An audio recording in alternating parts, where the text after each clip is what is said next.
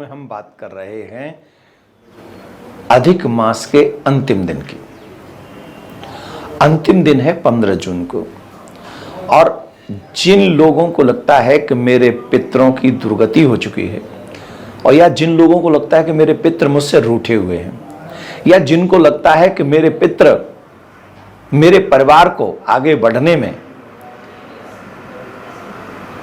मेरी सहायता नहीं कर रहे, या मेरा बिजनेस नहीं चल रहा, या मेरे बच्चों की शादी नहीं हो रही, या मेरे तमाम परेशानियां हैं, तो अधिक मास का अंतिम दिन, जिसे हम अमावस्या के नाम से जानते हैं, वो अमावस्या का दिन 15 जून।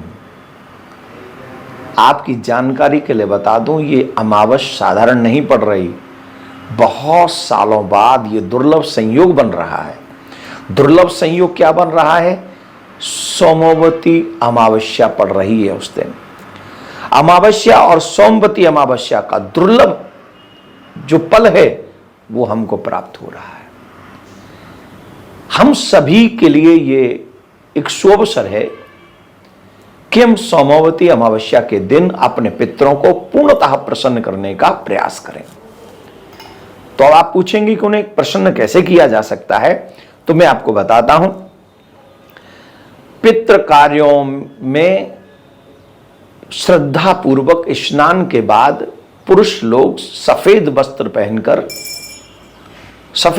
पहनकर अपने पितरों को तर्पण करें, जल प्रदान करें। और जल भी कैसे करना है?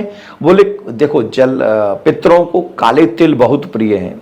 जौ ले लें, काले तिल ले लें, और थोड़ा सा गंगा जल ले लें, उसमें कच्चा दूध मिला लें, लेकिन पात्र होना चाहिए तांबे का।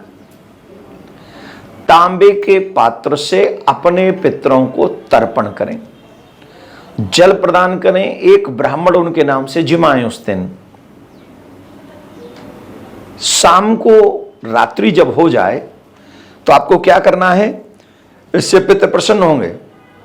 जब उनको तर्पण कर रहे हो तो ऑब्वियसली आप अपने पितरों को याद करेंगे और उनसे क्षमा याचना भी करेंगे, प्रार्थना भी करेंगे, आपके परिवार सुरक्षित रहे आदि आदि की प्रार्थना भी करेंगे। उसके बाद अमावस्या की संध्या पर पीपल के वृक्ष के पास जाकर दीपक जलाना अत्यंत शुभ बताया गया है। इसके साथ सफेद रंग की मिठाई या खीर जैसा भोग लगाकर उन पितरों के निमित्त बनाएं और निकालें। एक ब्राह्मण को जो आप बुलाएं, भोजन कराएं, तो उन्हें सफेद मिठाई अवश्य खिलाएं, खीर अवश्य खिलाएं, और खीर खिलाकर तब उनको अपने पितरों के प्रसन्न होने का आशीर्वाद भी उनसे प्राप्त करें। ये चीजें कुछ विशेष तौर पर तिल के तेल से, शाम को जब संध्या हो रही हो तो तिल के तेल से दीपक जलाएं और दक्षिण दिशा की तरफ उसकी बाती करें।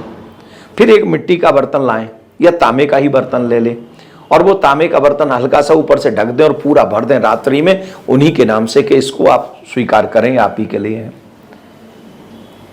इस कार्य के करने से आपके बिगड़े हुए काम बनना शुरू हो जाएगा। काम में आई हुई बाधाएं समाप्त होने लगेंगी।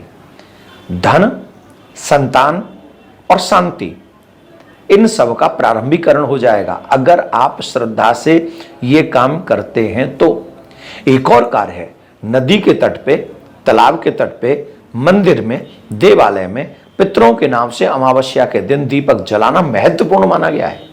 तो आप सबसे हमारा निवेदन है, अगर आपके पास में कोई नदी है, तालाब है, तो वहां अवश्य जाइए, देवालय है वहां जाइए, लेकिन एक दीपक आप प्रिया कांजू के मंदिर में भी अपने पितरों के नाम से और प्रिया कांजू के नाम से जलाइए। सुख समृद्धि। दीपक का मतलब जानते हैं क्या है? क्या करता है दीपक?